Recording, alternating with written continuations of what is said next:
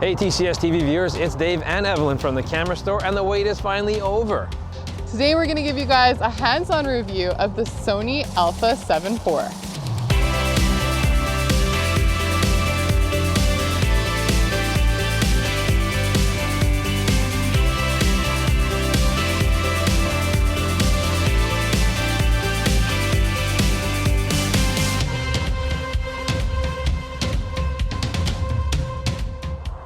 A few years ago, Sony had the A7 III, and it was a really big camera for Sony for a bunch of different reasons. Yeah, it was actually very important to the whole mirrorless market. The A7 III came in at an affordable enough price point that a lot of people got excited about it. For the time, it had revolutionary autofocus, it had better battery life than a lot of other predecessor Sony cameras, decent video specs, and the overall handling of it was really enjoyable. It was a fantastic sort of jack-of-all-trades camera. It wasn't a specialty camera in the Sony lineup. It was something that could sort of do it all, but it's getting a little long in the tooth, so I'm so excited to have the brand new A7 IV now. Yeah, and this camera is also going to be important for the lineup because it's going to smooth out their entire mirrorless lineup.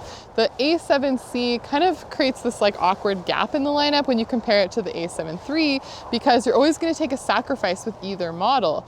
I mean, it was time for the A7 III to have an upgrade, and so we have the Alpha or the A7 IV. So they've taken a lot of features from their higher end, newer models, and they've put it into this more kind of more than basic full frame camera. Definitely. Let's get into some of these upgrades.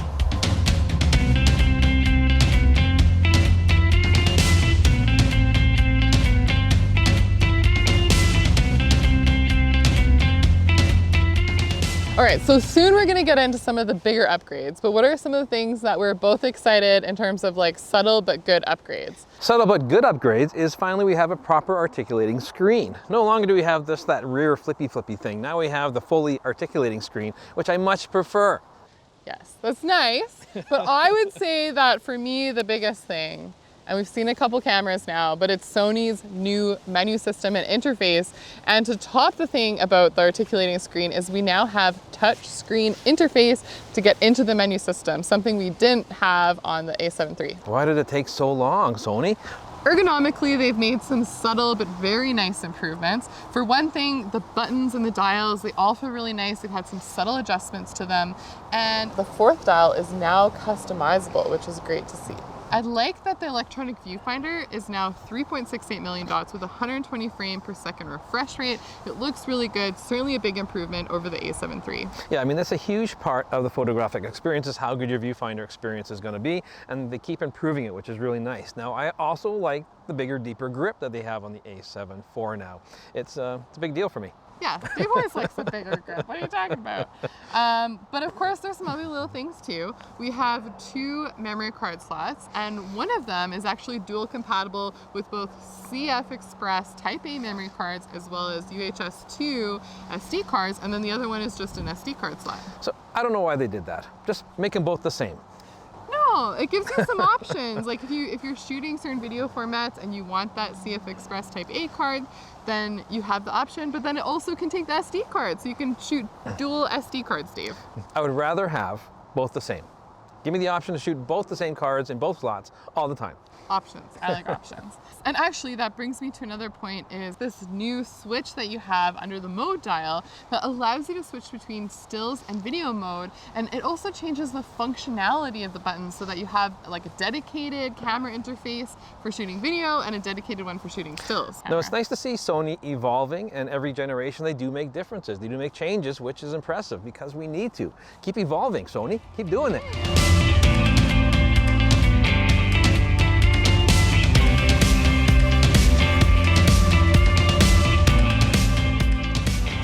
One of the things that we're excited about that we don't get to talk about as often these days is a brand new sensor. So here Sony has a brand new 33 megapixel Bsi Sensor, backside illuminated sensor. It is not stacked like the Sony A1 has. No, and that's kind of the biggest differentiator. It's not going to be as fast of a scanning sensor, but it is paired with 5 stops of image stabilization and 759 phase detection autofocus points, an excellent processor, and the same kind of autofocus algorithms that are found in its big brother, the Alpha 1.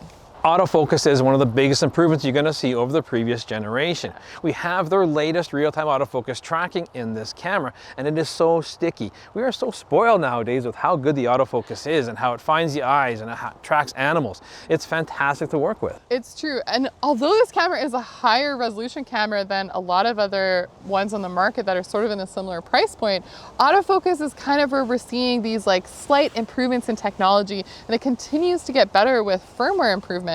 Now, of course, that was one limitation with the A7 III. And what we're seeing is face and eye detection that works excellently, as Dave said, acquiring focus even when your subject leaves the frame. And just from a performance standpoint, autofocus is, again, where you're really going to see that difference. It's also worth mentioning that the resolution of this camera is actually quite a bit higher than some of the other models that are in a similar price point. This is definitely a little bit more premium price, but you know, you're getting to take advantage of a little bit of that extra resolution. And I like having the cropping room. And so sometimes, you know, if you don't get your framing quite perfectly, or you want to really hone in on some details, then you do have that extra resolution to work with. Now, 33 megapixels is plenty of resolution, but I'm more impressed with the 15 slots of dynamic range. You can now sort of shoot for the highlights in a scene and bring up your shadows without being punished at all. They've also made some huge improvements when it comes to video and live streaming with this camera. You know what, Dave? I want to talk about video and live streaming with our videographer, Drew, because he's really excited about some of this stuff. So why don't you guys switch places and we'll have a quick chat.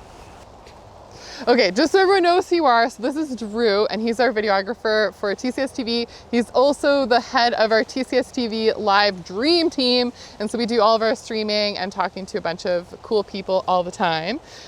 So you're pretty excited about some of the video upgrades of this camera, yes? I am, yes. Okay, so one of them that is brand new for Sony has to do with focus breathing. And this is something that Sony has done a pretty good job of correcting in a lot of the lenses themselves, but now we actually have some software built into the camera to deal with it. Can you tell us a little bit about why that's important? Yeah, so focus breathing, of course, we've seen it in a lot of different lenses.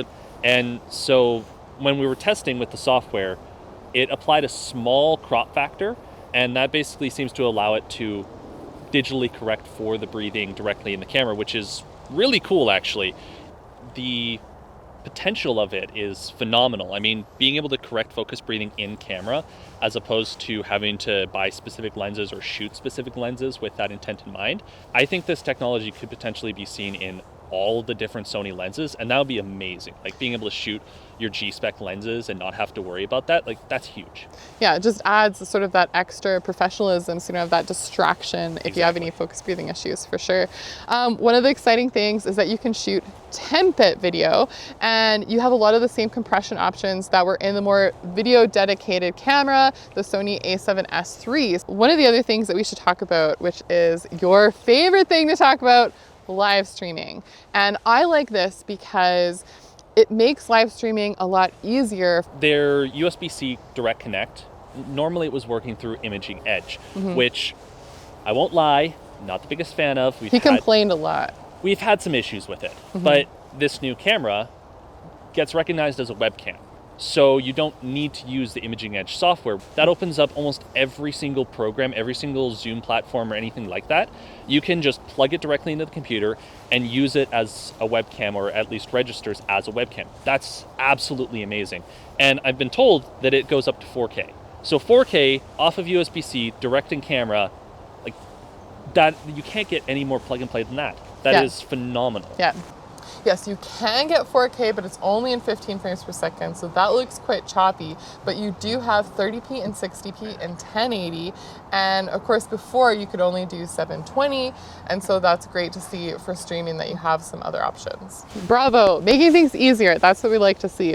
The other subtle thing that I noticed when they were going through the presentation of this is that it does have a skin smoothing feature. And this is one of the things that some of my friends and I have talked about, is a lot of the times when you're using these meeting applications, these meeting programs, you don't have any kind of filters to give yourself a little bit extra glow. And so if it has skin smoothing built into the camera, that means that your camera is going to deliver a better looking image of you to the world.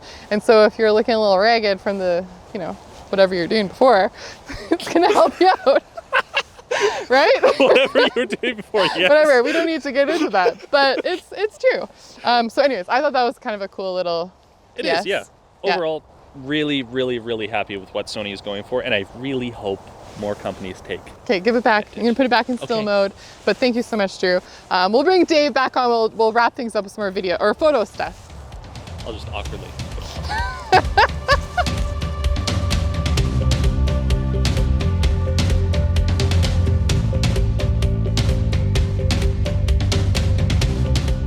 So Dave, I know you're not as excited about some of the video features and the live streaming capabilities, but you can't deny that that is the future. Well, it's becoming more and more prevalent in our culture, and especially with the pandemic we're going through, people are online live streaming a lot more than ever. So I think it's a really added value feature to this camera, and the plug and play, make it simple for everybody. Yeah, and I do think much like its bigger brother, the Alpha 1, this does sort of pack a lot of those features and could check a lot of those boxes for those hybrid shooters. 100%. Now, it is a very crowded marketplace though. At this kind of price point, we have a lot of really good options with a lot of manufacturers. So I'm really interested to see what's going to be the deciding factor for different clientele. Is it that little higher resolution that they want? I mean, we are limited to 10 frames a second with this camera. So sports shooters, I think, you know, this used to be enough, but is 20, is it enough? We're seeing cameras now including like the Alpha 1, which goes at 30 frames per second. Now for Sony in particular, I think this does sort of make a lot more sense having the complete lineup, because now you have, I think, a better choice between, you have the more compact A7C, you know, you do kind of sacrifice some of the features, but then when you step up into the Alpha 7 IV, you're not sacrificing anything that you have in the A7C, like the real-time tracking autofocus, like you did before if you were deciding between those two cameras. Now the A7 IV is priced a little bit higher than some other competitive models with different manufacturers. However, I think it's a really good value for what you're getting out of this camera.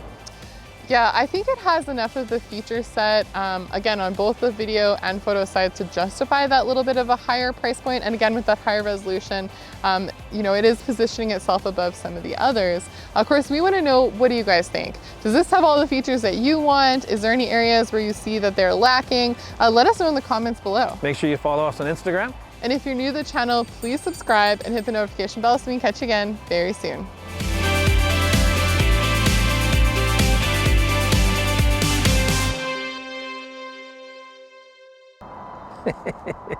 God damn it! Right at the